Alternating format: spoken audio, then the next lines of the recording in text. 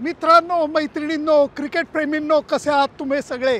मला नाचावंसं वाटतंय. मला माहिती आहे मी पुणेकर आहे. पुण्याच्या फर्ग्युसन कॉलेज रोडवर आनंदोत्सव चालू असणार आणि तसाच महाराष्ट्रातल्या विविध शहरामध्ये सुद्धा भारतीय संघाने चॅम्पियन्स ट्रॉफीमध्ये विजेतेपद पटकावलं. त्याचा आनंदोत्सव नक्कीच साजरा केला जात असणार. मी तुमचा प्रतिनिधी म्हणून आत्ता दुबईच्या इंटरनॅशनल क्रिकेट स्टेडियमच्या बाहेर उभा आहे. माझ्या डोळ्यात परत एकदा T20 वर्ल्ड कप जिंकल्यानंतर जसे आनंदाश्रू आले होते तसे थोडेसे आनंदाश्रू आले. फक्त फरक असा आहे की T20 वर्ल्ड कपमध्ये भारतीय संघाने थोडासा झगडून विजय मिळवलेला होता.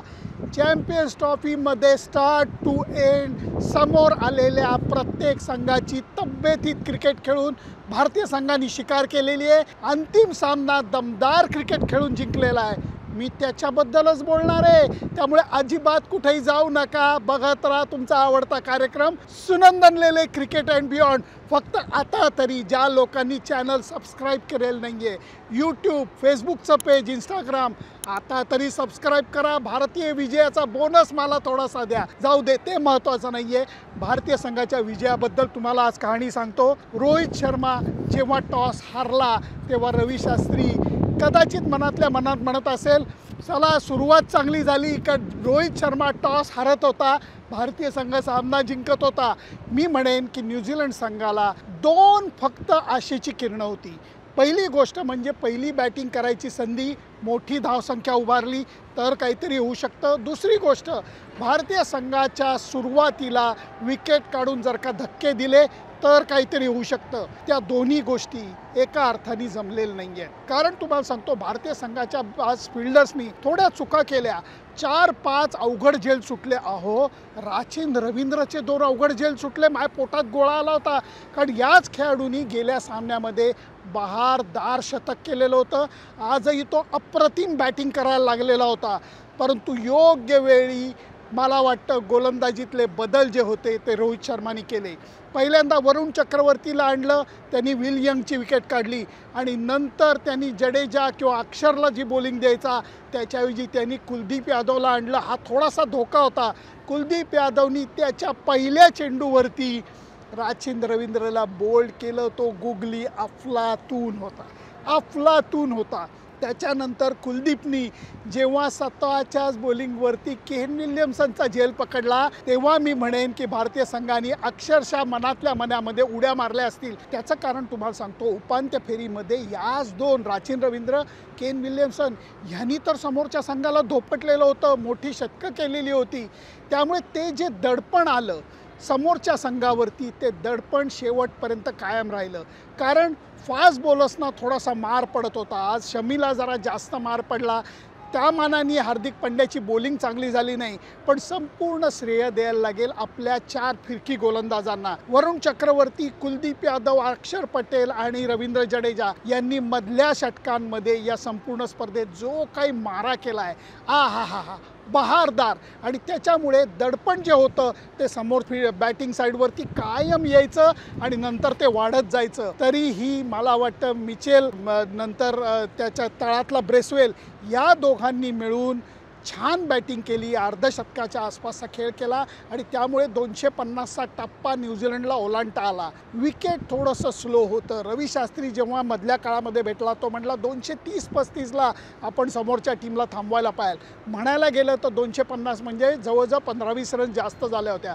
तरी हा आत्मविश्वास वाटत होता की या विकेटवरती भारतीय संघाला हे करणं अशक्य नाही आहे, हा पाठलाग. आणि रोहित शर्माच्या डोक्यामध्ये पक्की योजना होती. नवीन बॉल जो बॉलर टाकणार आहे त्यांना अनुभव कमी आहे, कारण मॅट हेनरी खेळत नव्हता आणि त्यामुळे नवीन बॉलवरती जर का आपण हल्ला चढवला तर त्याचा फायदा धावगती कंट्रोल करण्यामध्ये होईल. रोहित शर्मानी नेमकं तेच केलं. सुरुवातीला कडक फटकेबाजी केली, कडक.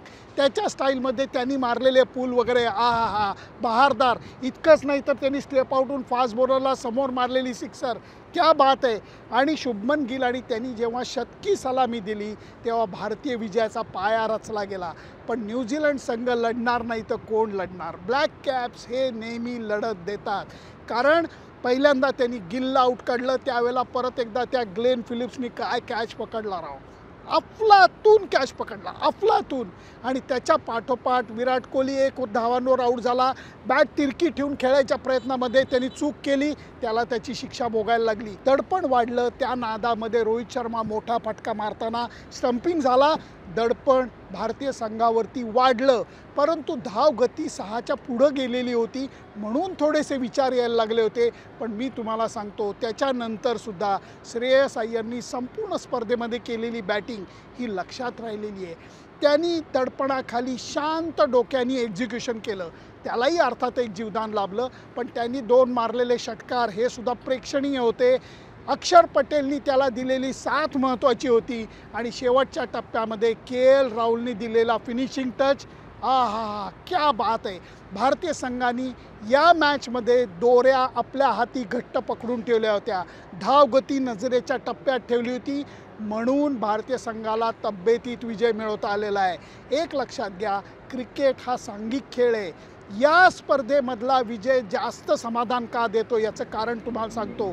शुभमन गिल 2 मॅचमध्ये अफलातून बॅटिंग, रोहित शर्मा सुंदर कॅप्टनशिप शेवटच्या मॅचमध्ये त्यांनी केलेली खेळी, विराट कोहली 2 शतकं त्यांनी केली, श्रेयस अय्यर संपूर्ण स्पर्धेमध्ये अफलातून बॅटिंग, अक्षर पटेल अष्टपैलू खेळ. लक्षात घ्या तुम्ही, हे जर का तुम्ही लक्षात ठेवलं, के.एल. राहुल उत्तम विकेट किपिंग, चांगलं फिनिशिंग टच, त्यानंतर आला हार्दिक पंड्या योग्य वेळी योग्य टोलेबाजी, त्याच्यानंतर रवींद्र जडेजा सगळ्या सामन्यांमध्ये टिच्चून बॉलिंग, शमीचं पुनरागमन, वरुण चक्रवर्तीची धमाल कामगिरी.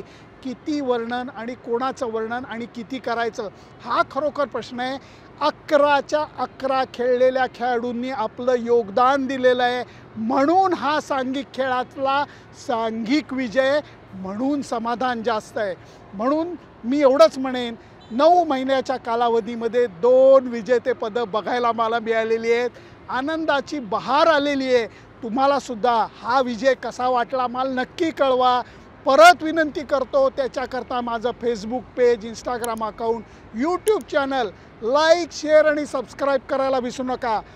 भारताच्या विजयाचं कौतुक आहे, तेवढंच न्यूझीलंड संघाने दिलेल्या लढतीचं सुद्धा मला कौतुक आहे. कारण ते लोक दरवेळेला अत्यंत सभ्य, सुसंस्कृत वागणूक मैदानाबाहेर ठेवतात. त्यामुळे त्यांच्या विरुद्ध मला कधी खुन्नस वाटत नाही, नेहमी त्यांचंही कौतुक करावं असं वाटतं. त्यामुळे वेल प्लेड ब्लॅक कॅप्स. पण हा भारतीय टीम क्या बात आहे, हे बल्ले बल्ले, अगदी नाचा असं वाटतंय. तेच करायला आता प्रेस कॉन्फरन्स आणि बाकी खेळाडूंना भेटायला मी जातो. त्याची बातमी उद्या देतो. Bye bye.